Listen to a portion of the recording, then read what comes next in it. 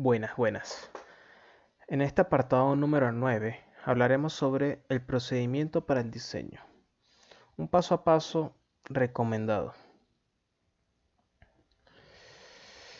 En este apartado se recomendará los pasos a seguir para el diseño efectivo de un eje, consideraciones, teorías y tips.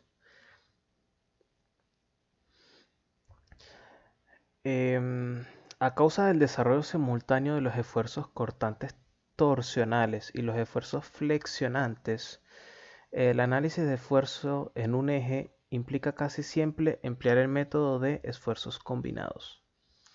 Aunque otros autores, dependiendo del material con el que está fabricado el eje, prefieren, si es un material dúctil, la teoría del esfuerzo cortante máximo, y si es un material frágil, la teoría del esfuerzo normal máximo, la teoría de la fricción interna o la teoría modificada de Moore. Por otro lado, el método recomendado para diseñar y analizar los ejes es el de la teoría de falla por energía de distorsión. También puede desarrollarse esfuerzos cortantes verticales y esfuerzos normales directos por cargas axiales. Estos esfuerzos pueden dominar en ejes muy cortos o en porciones de eje donde no existen flexión ni torsión. Entonces, para ejes donde no haya flexión o torsión, aplicamos los esfuerzos cortantes verticales y los esfuerzos normales directos. Otro método común también es hacer una estimación para establecer si el factor crítico será la resistencia o la deflexión. Eso se hace un diseño preliminar basado en ese criterio y luego se verifica el factor restante, ya sea deflexión o resistencia, depende de cuál se haya tomado al comienzo.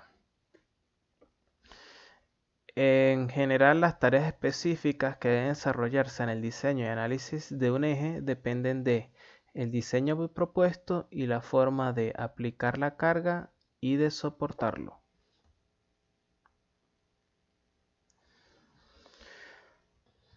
Un eje que soporte uno o más de los distintos elementos de máquinas debe soportarse en cojinetes. Es altamente deseable que dos cojinetes proporcionen soporte radial para limitar la flexión y la deflexión en el eje a niveles aceptables. Y esto también ayuda a simplificar el diseño. Si por otra parte hay que usar tres o más cojinetes por cuestiones de diseño, es muy importante mantener un alineamiento de los cojinetes preciso, ya que pues eso traería problemas a la larga. Ya pudiésemos ver desalineación paralela o desalineación angular. Entonces se complica un poco por lo menos la instalación.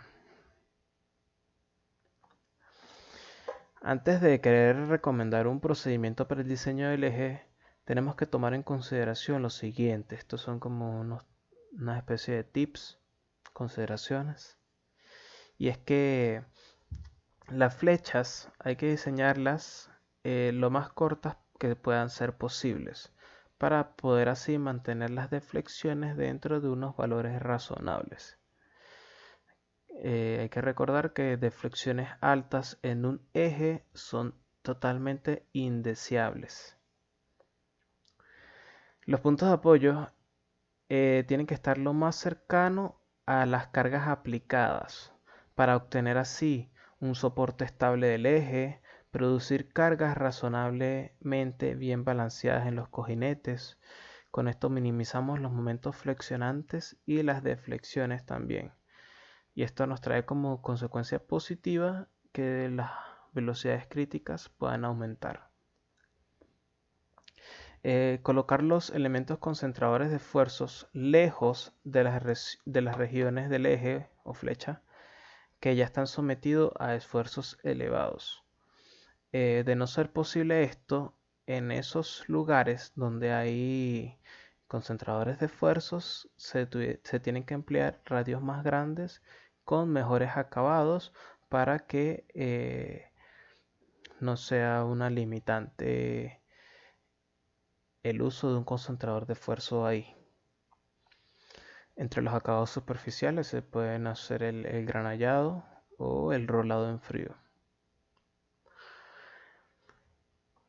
Un tip vendría siendo que para fabricar los ejes, el aceros de bajo costo es una buena opción, ya que como los aceros tienen la misma o relativamente igual módulo elástico, no va a afectar mucho si uso un acero más costoso que otro, si al final vamos a tener el mismo módulo elástico, ¿no?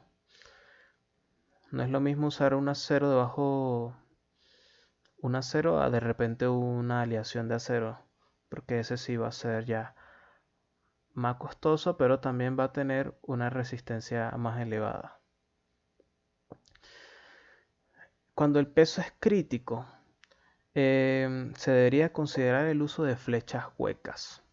Obviamente usando todo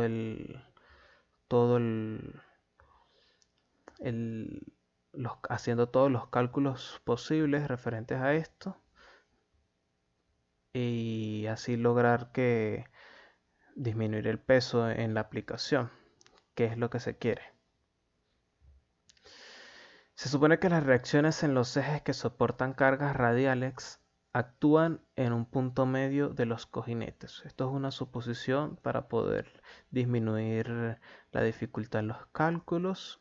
Al final, pues, hacerlos tan precisos no conlleva un gran error a suponer que las reacciones están en el punto medio de los cojinetes.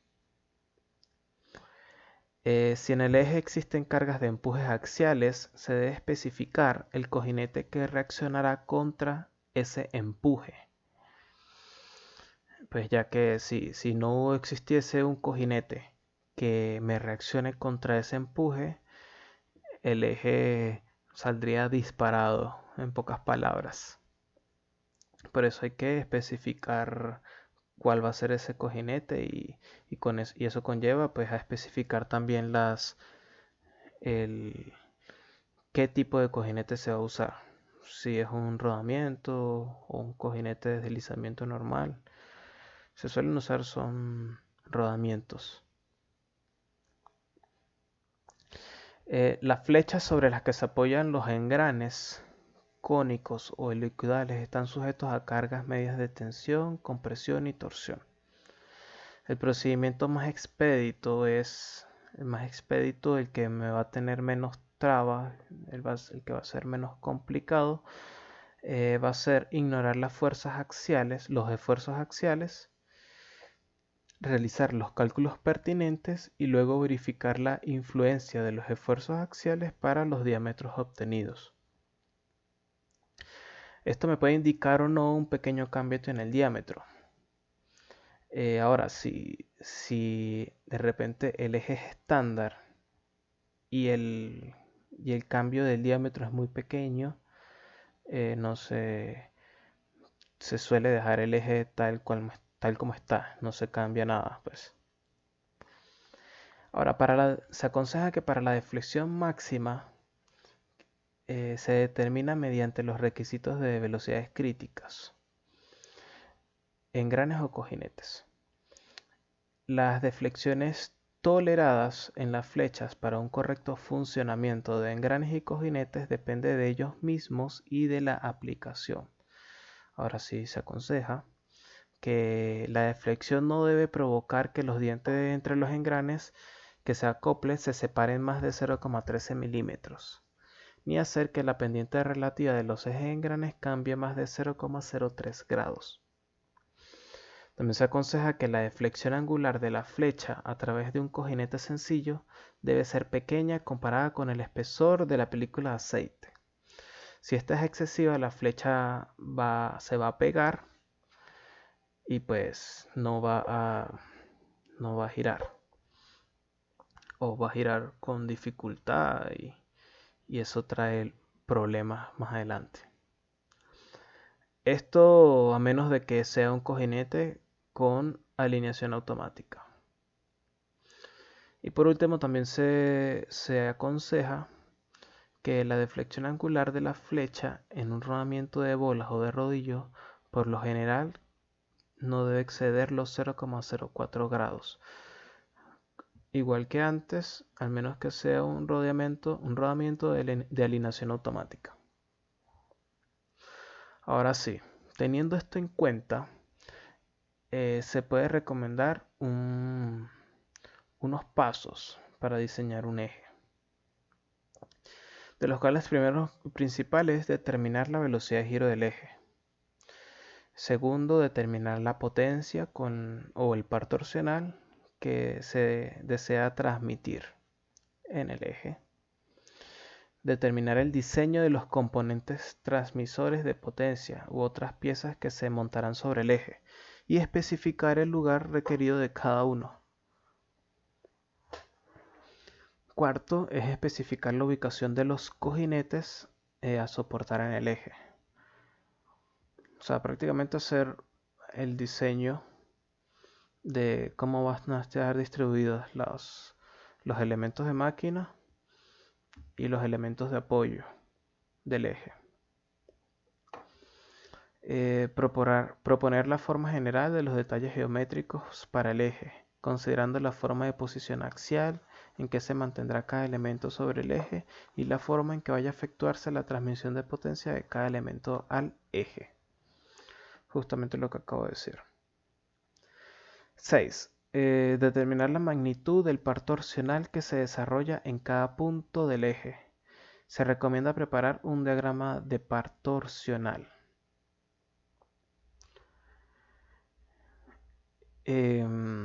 Ya, esto va a ser importante debido a que para los cálculos, ya sea normalmente si estamos en un criterio de síntesis, se va a necesitar esto como dato para determinar en qué partes del eje va a haber torque y en qué partes no.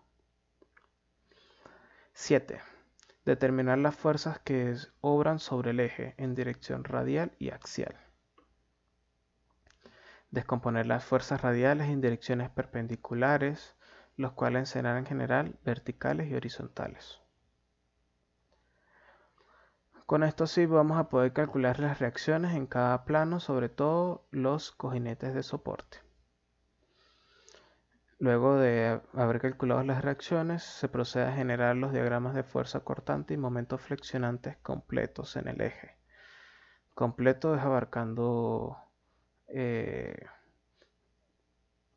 todas las fuerzas y todos los momentos en diferentes planos. Luego de esto vamos a seleccionar el material con el que se fabricará el eje y se van a especificar sus condiciones, que si va a ser estirado en frío, con algún tratamiento térmico, entre otras. A partir de ahí vamos a determinar la resistencia última, la resistencia de fluencia y el porcentaje de elongación del material seleccionado. Luego de eso vamos a determinar un esfuerzo de diseño adecuado contemplando la forma de aplicar la carga, si es uniforme, choque, si va a ser repetida, invertida u otras más, el factor de seguridad. Por 13, vamos a analizar cada punto crítico. Normalmente van a ser donde hayan cambios de diámetros, donde se presenten los valores de mayor par torsional y de momento flexionante y donde hayan concentradores de esfuerzos, chavetas, pasadores, entre otros. Y con esto para determinar el diámetro mínimo aceptable del mismo y para garantizar la seguridad frente a las cargas en ese punto. Por último, se van a especificar las dimensiones finales para cada punto en el eje, donde se van a especificar los detalles del diseño, como las tolerancias, los radios del chaflán, la altura de escalón y las dimensiones del cuñero. Esto es una recomendación de pasos a seguir para llevar un orden al momento de diseñar un eje. Y sería todo por este apartado.